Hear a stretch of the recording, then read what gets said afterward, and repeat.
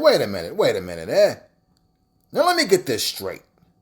You're telling me that Bobby Ches retired over 2 fucking decades ago? And he's no longer the cruiserweight champion? Son of a bitch! What's good, people? It's about that time to randomly relate reverse ranch no hate. So, you guys saw those two tweets. You know, a month back, we watched Andy Ruiz and Luis Ortiz, who pay-per-view numbers were down to 38,000 pay-per-view buys.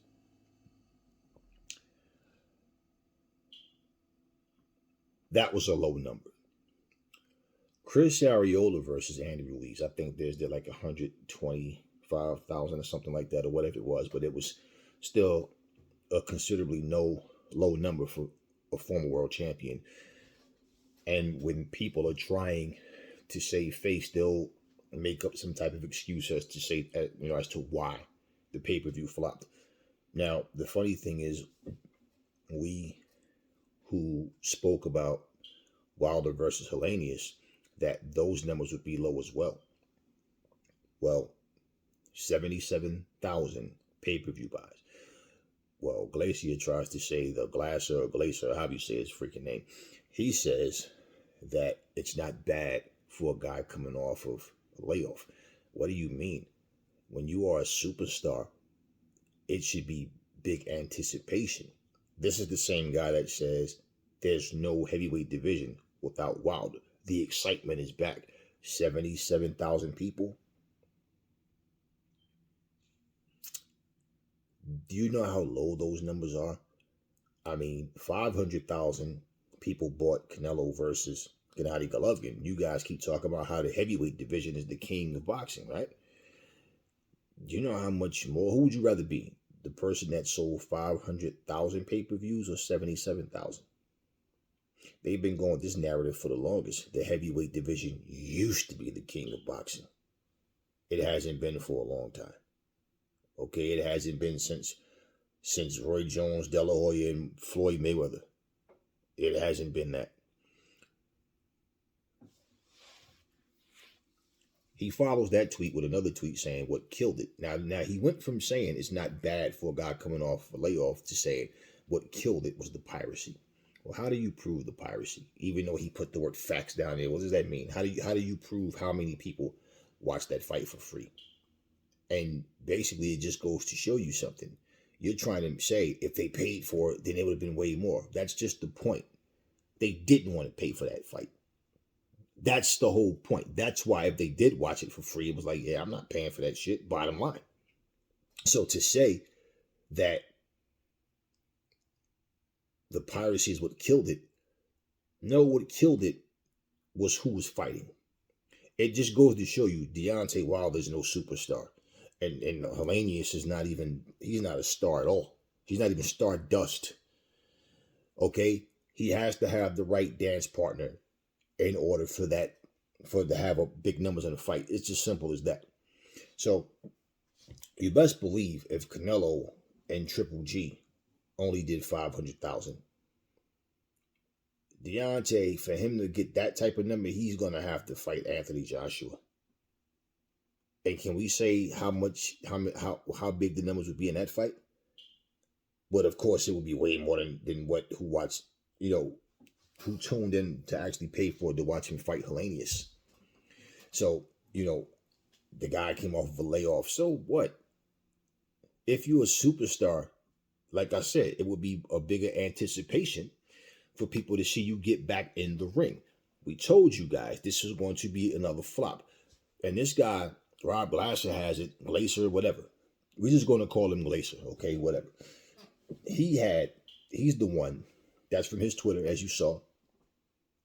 And it's kind of surprising because usually this guy, Dan Raphael, is the one who always jump on YouTube and Twitter and start doing his little, his vlog about the fight, the numbers, and what he thinks.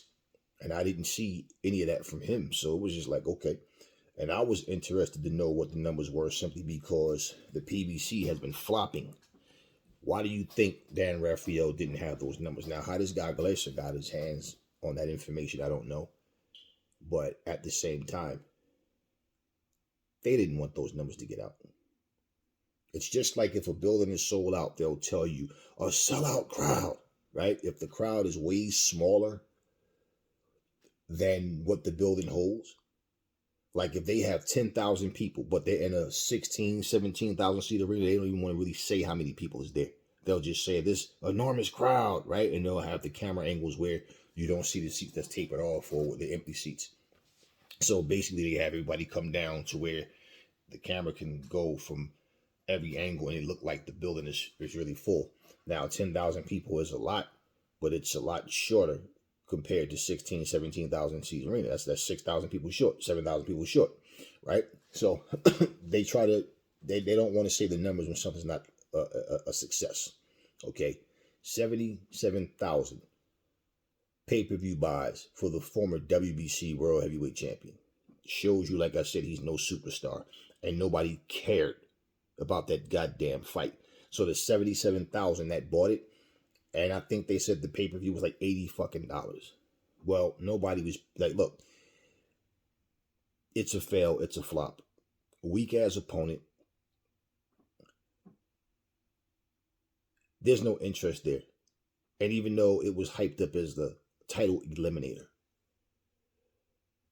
what did you think that people was really going to do? We said this would be a fail. And it was. So, roughly he did close to 40,000 more pay-per-view buys than Ruiz and Ortiz did. And he shared the ring with Ortiz. So that shows you Ortiz is no superstar.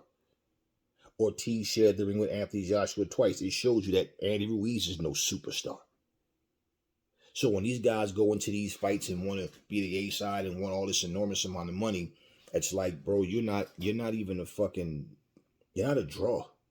You guys, like I said, have to have the right dance partners to get decent numbers in. So this whole comment about 77,000 is not bad for a guy that was coming off layoff. Is you're trying to save face for Deontay Wilder, and then the follow-up tweet talking about what killed it was the piracy. Well, what do you mean what killed it? If the numbers wasn't bad, why would you even say what killed it? Because you know that stinks. Okay, it's just like in the music business. If you can't go gold, then your record is a flop. And if you go gold, okay, that's cool. But what happens when your competition is going platinum, double platinum, triple platinum, and you're just going gold? You understand what I'm saying? You're not seen as on the same plateau as those other stars. So for you to only be able to get 77,000 people that was willing to pay, well, just go to show you how the rest of these people see Deontay Wilder. Let's just be real. And like I said, the excitement is back. There's no heavyweight division without Wilder. And look at who he fought. Robert Helenius. And if you think his stock is going to rise because he knocked out a nobody, then we'll see how things go. Hopefully, he honors what the title eliminator stands for in the first place and fight another guy like an Andy Ruiz. I'd rather see him against Joyce, but we'll see how that goes. These numbers are low. The PBC has been shooting themselves in the foot, putting these trash cards on. You know, they had Caleb Plant versus Darrell in that same card. So you really can't even say that, like, can we say that everybody that tuned in, you can't say several thousands of those people didn't tune in because of Caleb Plant versus Darrell fight? Can we not say that? You understand what I'm saying? We can't solely say that like, for example, if you take Darrell and Plant off of that card, can you honestly say, well, you think for sure that they still would have got 77,000 people? Think about what I'm saying. If that undercard, if you didn't have Plant and Darrell on that undercard, that shit might have did the same type of numbers as Ruiz and Ortiz for all we know. And again, how can this guy say that piracy killed it and he says it's a fact? How do you know? How do you know how many people watched that fight for free or whatever? How do you, aside from the 77,000 that bought it, how can you say what the numbers were? So let's just say, for example, if, excuse me, damn. Let's just say, for example, if this fight, if they thought, okay, this guy fought Fury 3 times, or we think he's a big superstar, okay, and they fought over here in America, in the States where he's from. So let's just say if they thought this fight was going to do 200,000.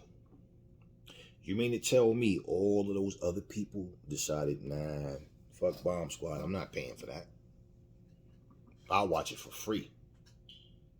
You're confusing, if that would have even been the case, you're confusing the piracy with them actually having an interest. That's the point. If they had an interest in Deontay Wilder, they would have actually bought the fucking pay-per-view instead of watching it for free. That's the whole point. How many fucking people do you think tuned in to see Robert fucking Helenius? Think about it. We don't even have to go through the whole card. We can just go through the main event and co-main events. You can't sit here and tell me that all 77,000 people tuned in for no damn just to see Wilder and Helenius. That's why I say if you take Darrell and Plant off of that card, how many numbers would have been up? I think those numbers would have probably been around the same as Ortiz and Ruiz, man. I'm telling you, we can't sit here and say, like, think about it. Plant shared the ring with Canelo. Darrell fought some of everybody. Fought Benavidez. So let's not sit here and act like 77,000 people tuned in and bought a pay-per-view just because of some Wilder versus Helenius fight. I will say this, and this is not to shit on anybody. This is just being honest about the results and what we see. I'm not going to sit here and try to make it more than what it is. But you see the ego and the greed in any sport, in any entity, anything that's big. That's what really kills the soul. That's what kills the essence. Because it gets to the point where, and in boxing especially, where the people that don't take punishment at all are making top dollar. And the fighters are the ones taking the punishment, and they're in there, but it's like this greed thing. So yeah, the fighters are thinking like the promoters. They're thinking like, the guys in the suits and ties. How do I get in here and not take punishment and make as much money as I can? How can I maximize my dollars and stay in the safe zone? Let's be real. Nobody cared about no damn Wilder versus Helenius. And even for the people that wanted to see Wilder come back, him coming back versus Helenius, it goes to show you his star power is weak. So unless he's fighting against a draw, because let's be real, between him and Helenius, he was the draw between the two of them. Caleb Plant and Darrell, well, Darrell has a little recognition too, and Caleb Plant, basically this was a let's see how he looks. This is his first fight back since his loss to Canelo. So, that's why, I'll say it again, take him and Darrell off the card. You think 77,000 people would have bought it? So that goes to show you, like I'm telling you guys, these guys are not stars. They're not superstars. They are boxers. They are fighters. They should not even look at themselves like celebrities. They should not, when you have celebrity status, who you are as a fighter, what you bring to the table, fanboyism destroys your real character because they make up this superhero type persona for these fighters, and they talk like they're bigger than what they are. And a lot of times the fighters start believing their hype. I mean, we just saw Tyson Fury sit here and try to bamboozle everybody talking about fighting against damn Emmanuel Char. And then all of a sudden, out of nowhere, he's fighting Derek Chisora. Y'all never thought about this? Look at how fast that fight with Derek Chisora even came up. Today, they had their first press conference, and I refused to watch that bullshit. Just think, 2 weeks ago, he was bitching about Anthony Joshua. And now, all of a sudden, he has a date set to fight Derek Chisora. And that's why Derek Chisora pulled that bullshit last week, talking about he don't know what the reporter's talking about him fighting Tyson Fury. That it was just talk. That was actually when he was at the fight, at the Shields versus Marshall fight. And he spoke and denied that he was fighting Tyson Fury. And all of a sudden, today, they have their first press conference. And you think that they just put that together like that? They already had a venue and everything, right? Derek Chisora versus Fury is not a big fight. By no stretch of the mind, is it? You think that they put that fight together so fast because, well, when the best want to fight the best and people want to prove themselves, it's easy to make their... No. Because Derek Chisora is on some nickel and dime shit, and this is the biggest payday that he had so far coming against Fury. And pretty much that's all that was. I'll take the fight. By all means, any means necessary, I'll take it. Y'all never thought about that? Like, damn, 2 weeks ago, he was bitching about AJ. Now, all of a sudden, it's locked in and booked, him versus Chisora. Because that's what it was from day one.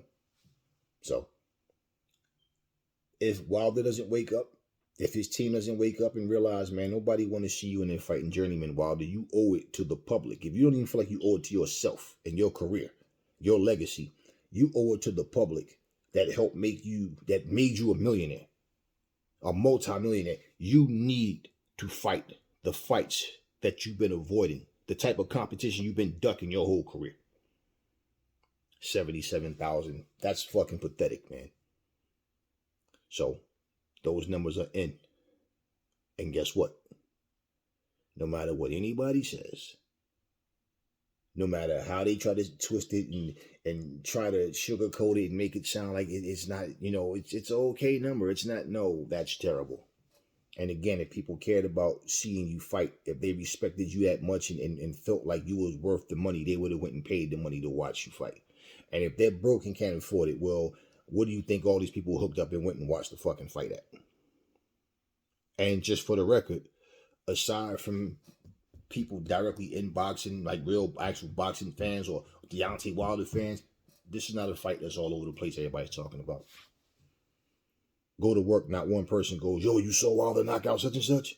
I remember when Tyson used to knock motherfuckers out, that's all everybody talked about all day. Yo, Tyson, yo, hit that motherfucker, knock him in his neck, whatever. Marvin Hagler fought, Ray Leonard fought, Holyfield fought, Riddick Bowe, whatever. Look, nobody's talking like that. And this is the heavyweight champion, former heavyweight champion, and an American champion on top of that, and nobody's talking about him. I'm just saying. Just saying.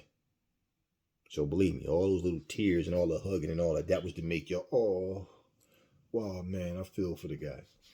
77,000. If you think he was crying after that fight, he probably cried. Boy, he probably was hollering. 77,000. They don't want to see me. Just saying, y'all. 77,000. Told y'all that was going to flop. The PBC need to start putting quality fights on. Stop worrying about what everybody else trying to compete with Matchroom and all these other companies to say that we're putting on better fights. We have more. No, you're trying to keep it in-house thing with Matchroom, with PBC, only fighting PBC type situations or whatever, and all that kind of bullshit. But I can tell you right now, if that is not a wake-up call for them, the PBC is going to find themselves in some real deep shit. Because now you know that your heavyweight king isn't a big draw. Talk to me in the comment section. What y'all think about those numbers? Told you it was going to be another fail. This is the PBC bullshit. This is the greed we talk about in boxing. It's not only the PBC, but listen here. It's a problem. If they don't wake up, they're going to be knee deep in some shit. Never fall in love with lies. Remember, the truth brings hate out of people, and I will catch y'all on the next video.